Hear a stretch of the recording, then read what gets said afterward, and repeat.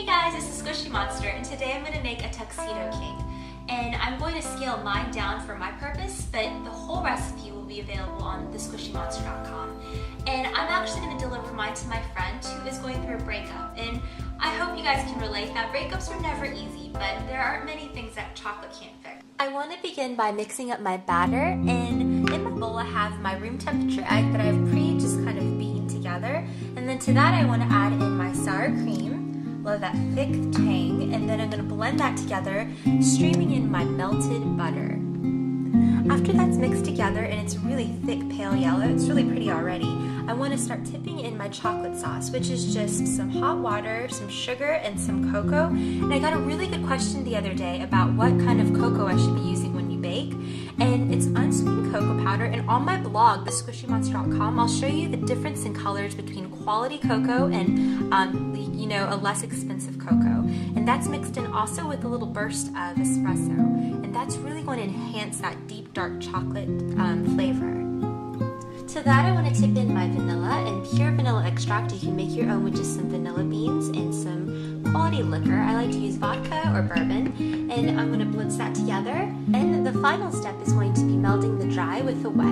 And I've already measured and weighed out everything and sifted it. It's very important to sift out any kind of foreign particles that may be lodged in the dry mixture. So I've already sifted that out, and in 3 portions or so I'm going to begin mixing in my dry to my wet. All we have to do now is pour in our batter into our pre-greased tins. And I want to address another very good question I got the other day. Can you store batters in the refrigerator? You can if you desire a flat cake. So what happens is that when the dry and the wet get together, there's a chemical reaction that occurs. So for example, the baking powder begins to be activated. So if you must, you can separate the two and have the wet ingredients in one bowl and dry ingredients in another bowl and store it in the refrigerator until you need it, and then let it all reach room temperature and then put it together and bake it off if you're in a rush or something like that. But so all we have to do is pour it into the tins, and you can pre-measure them, or you can weigh them out with a digital scale just to ensure accuracy that each cake will be level. So while my cakes are baking, I can start on my ganache. So I'm going to measure out about a half a cup of heavy cream, and no worries, all my directions and measurements and recipe can be found on thesquishymonster.com. So to that, I want to weigh out 4 ounces of chocolate chips. So let's spoon that in there.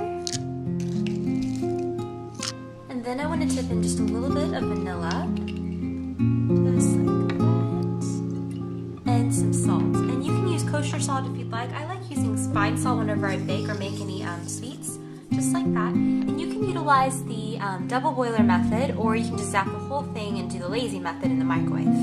That means we can also work on our whipped cream frosting. So I have some cold whipping cream or heavy cream, and I'm going to whip that together with my whisk attachment with a little bit of sifted powdered sugar, and it only counts if you sift it before you measure it. So a little bit of powdered sugar and some vanilla.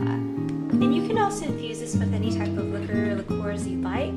Just a little bit of vanilla goes in there like that, and whip up the whole thing until you get a really creamy frosting consistency.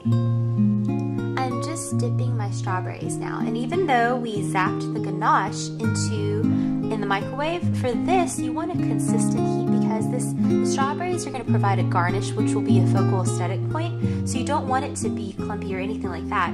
It is going to be crowning the cake. So I have just melted and chopped a good quality chocolate bar, and I set it in a double boiler so it provides consistent heat.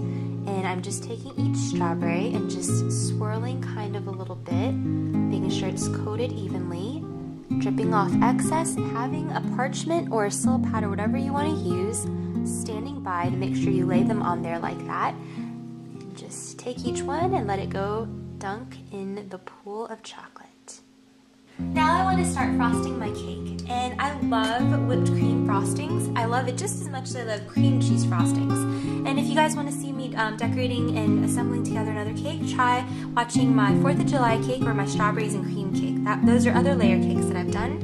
Just kind of slather it on the top of your first layer, just like that. And you can definitely split each layer into 2s if you, or halves if you would like, but I like it just like this is.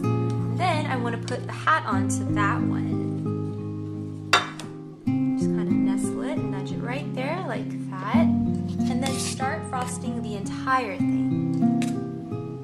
The fun part of dripping the chocolate and just drowning this cake in some chocolate ganache has come. So I have let my ganache set a little bit, so after you zap it, and make sure you don't make it too hot, you want to mix everything together, and the residual heat will help melt the chips. And you want to set it aside or pop it into the refrigerator until it's a really thick consistency. And you want to slowly just pour it on top. And you want to use just a little bit at first, and then you can just always add more. Then take a spoon, and then just kind of let it drip down the sides. Here's my cake, and I'm ready to shoot it on over to my friends, and hopefully this boosts her mood. It's supposed to encourage feelings of euphoria, they say chocolate does, so this has got some double action chocolate going on, and hopefully it tag teams her into a little bit of happiness, a slice of happiness, if you will. I hope you guys enjoyed this tutorial, and thank you so much for hanging out with me. This is the Squishy Monster, and I'll see you guys soon. Bye!